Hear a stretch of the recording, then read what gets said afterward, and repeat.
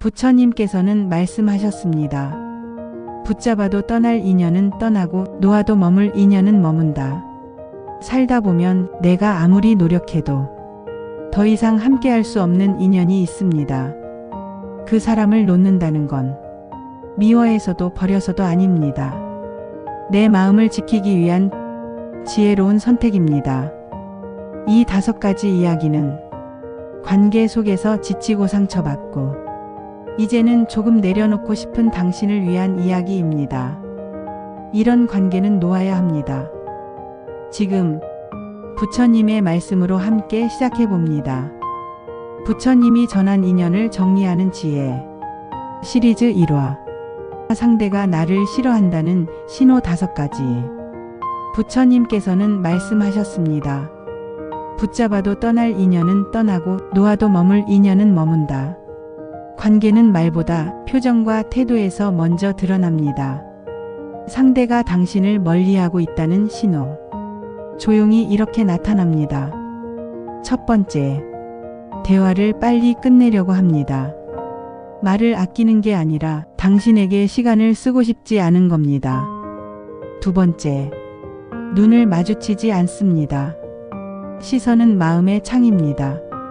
마주보지 않는다는 건 닫혀 있다는 뜻이죠.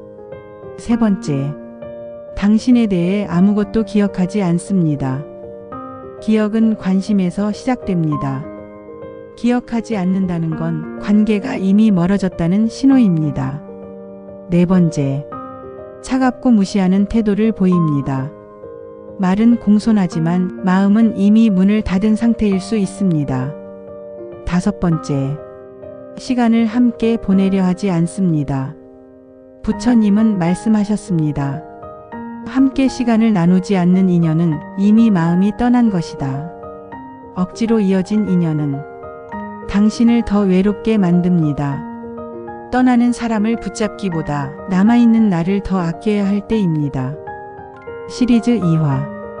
이런 사람은 결국 당신을 지치게 만듭니다. 부처님께서는 말씀하셨습니다. 자기를 속이는 자는 누구도 구하지 못한다. 아무리 애써도 변하지 않는 사람이 있습니다. 그런 사람과의 인연은 놓아야 합니다. 첫 번째, 말은 잘하지만 행동은 절대 바뀌지 않는 사람. 그 사람의 말이 아니라 패턴을 보세요.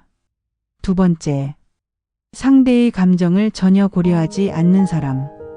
감정이 없는 게 아니라 당신의 마음이 중요하지 않은 겁니다. 세 번째, 실수는 반복하면서 반성은 하지 않는 사람. 진심 없는 사과는 또 다른 상처의 예고일 뿐입니다. 네 번째, 문제가 생기면 항상 당신 탓을 하는 사람. 책임을 돌리는 사람과 함께 있으면 당신은 죄인이 됩니다. 다섯 번째, 상대의 변화만 요구하고 자신은 아무것도 바꾸지 않으려는 사람. 부처님은 말씀하셨습니다. 자신을 바꾸지 않는 자는 그 어떤 관계도 지킬 수 없다. 나를 지치게 만드는 사람을 억지로 품으려 하지 마세요.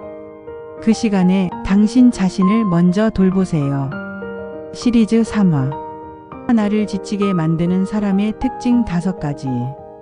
부처님께서는 말씀하셨습니다. 사람을 만나고 마음이 병들면 그 인연은 멈춰야 한다. 나를 지치게 만드는 사람은 멀리 있는 게 아니라 가장 가까이 있을 때가 많습니다. 첫 번째, 말보다 에너지를 앗아가는 사람. 같이 이야기만 나눠도 이상하게 기운이 빠지는 사람이 있습니다. 말투는 부드럽지만 말 속에 숨은 불평과 비난이 당신의 감정을 갉아먹습니다. 두 번째, 상대를 통제하려는 사람. 무엇을 입어야 하는지, 누굴 만나야 하는지 당신의 삶을 조종하려는 사람. 부처님은 말씀하셨습니다. 상대를 바꾸려 하지 말고 있는 그대로를 보라. 조종은 사랑이 아니라 불안을 감추는 집착입니다. 세 번째, 항상 본인이 피해자인 사람. 누구를 만나도 항상 본인만 억울하다는 사람. 이런 사람 곁에선 당신의 존재감이 사라집니다. 이해받기만 원하고 이해하려 하지 않는 사람은 결국 당신을 공허하게 만듭니다. 네 번째, 나의 기쁨에 공감하지 않는 사람. 기쁜 일이 있어도 대답은 그래, 근데 슬픈 일엔 그게 뭐 어때서? 감정이 외면당할 때 관계는 말라가기 시작합니다. 함께 웃지 못하는 사람과는 함께 울 수도 없습니다. 다섯 번째, 나의 말과 감정을 흘려듣는 사람. 진심을 전해도 돌아오는 건 핸드폰을 보는 눈, 무표정한 얼굴. 부처님은 말씀하셨습니다. 말은 마음을 담는 그릇이고 경청은 자비의 시작이다. 당신의 말이 가볍게 흘러가고 있다면 그 인연은 당신을 비워가고 있는 겁니다. 사람은 관계 속에서 자라고 관계 속에서 무너지기도 합니다. 계속 지치는 관계는 당신이 바보라서가 아니라 지키려는 마음이 혼자였기 때문입니다. 붙잡는 관계보다 지키고 싶은 나 자신을 먼저 돌보세요. 시리즈 4화. 붙잡는 걸 멈췄을 때 진짜 나를 만났습니다. 부처님께서는 말씀하셨습니다. 모든 괴로움은 집착에서 비롯된다. 우리는 관계 속에서 사랑하고 때론 상처받고 그리고 끝났다는 걸 알아도 놓지 못합니다. 하지만 놓아야 할 사람을 놓았을 때 우리에겐 조용하지만 깊은 변화가 찾아옵니다. 첫 번째, 미련이 거치고 마음에 여백이 생깁니다. 처음엔 공허했습니다. 정말 이게 맞는 선택이었을까? 하지만 며칠이 지나고 그 사람의 연락을 기다리지 않는 나를 보게 됩니다. 부처님은 말씀하셨습니다. 집착은 마음을 흐리고 비움은 지혜를 밝힌다. 잊으려 한 게 아니라 더 이상 기대하지 않게 된 거죠. 두 번째, 감정을 설명하지 않아도 되는 편안함이 찾아옵니다. 관계 속에서 우리는 자꾸 나를 해명하게 됩니다. 그런 뜻이 아니었어. 오해하지 마. 이해해줘. 그런데 이제 해명하지 않아도 되는 평온함이 찾아옵니다. 말하지 않아도 되는 사이보다 말을 억지로 계속해야 했던 관계가 훨씬 더 지치게 만든다는 걸 알게 됩니다. 세 번째, 그 사람이 아니어도 괜찮다는 걸 알게 됩니다. 하나의 인연이 전부처럼 느껴졌지만 놓고 나면 사람은 그 사람만 있는 게 아니라는 걸 알게 됩니다. 부처님은 말씀하셨습니다. 떠난 인연은 원망하지 말고 남은 인연은 소중히 하라. 내 곁에 여전히 남아있는 사람들, 그리고 나를 기다리는 새로운 인연이 보이기 시작합니다.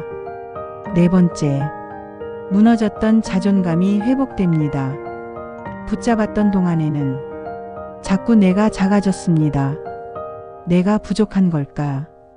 내가 참으면 되겠지. 다 내가 잘못했나 봐.